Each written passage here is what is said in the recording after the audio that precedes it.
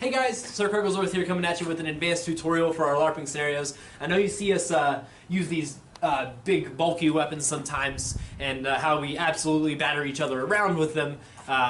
That's part of our acting. We'll get to that later. But right now we're going to talk about how to use these weapons in our LARP style appropriately. So all of these weapons have a classification heavy-headed on them. And what that means is that the head of the weapon is heavier.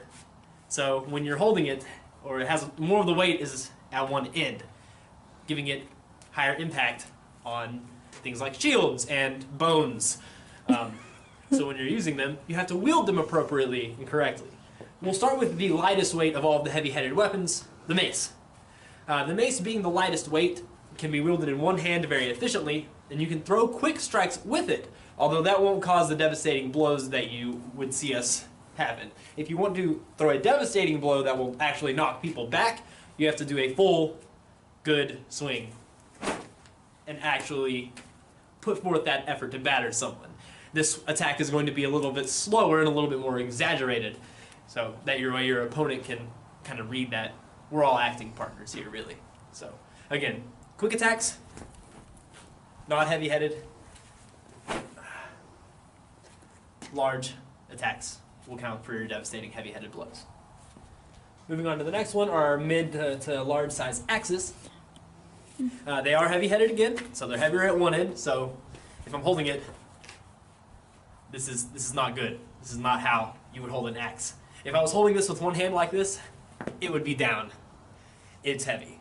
So you want to show that appropriate weight. You need to role play it. We're acting here. So when you're holding it, if you want to get quick movements out of your axe, you want to hold it one hand here and one hand there. That way you can do whatever you need to. You can block incoming attacks on the shaft of the axe, however you need to do it. And if you're going to swing this, every single one of your attacks is going to be exaggerated and devastating unless you're choked up on it and moving it quickly. Just similar to the mace, if you want to get that heavy-headed strike, a long, heavy attack is necessary. Think Dark Souls boss mode, rather than your quick attacks. Now let's move on to an extremely heavy weapon, our large hammers. These guys kind of fall into a category of their own. These are the heaviest things ever. You're not going to ever hold this like this. It kind of falls into a similar thing that we just talked about the axe. If you want to move it quickly at all, you've got to put something up here to counteract that weight. And you can still move this quickly. But again, if you want those heavy, devastating blows, you've got to do those slow, exaggerated, heavy attacks. With a weapon the size of this, it's going to need to be quite exaggerated, quite heavy. Put that effort into it, make it look like this is absolutely a heavy weapon, instead of, like, if you can do that, good on you. There's no way. Pick up a sledgehammer at home, you'll see what we're talking about there. Now the biggest weapon that we have that's heavy-headed is our halberd or other pole axes that we may get. It's a little bit like misconstruing because it's much longer, but it is much lighter weight than something like this. So when you're using a halberd or a pole arm, you can do very quick movements and very quick attacks with it, as long as you're choked up.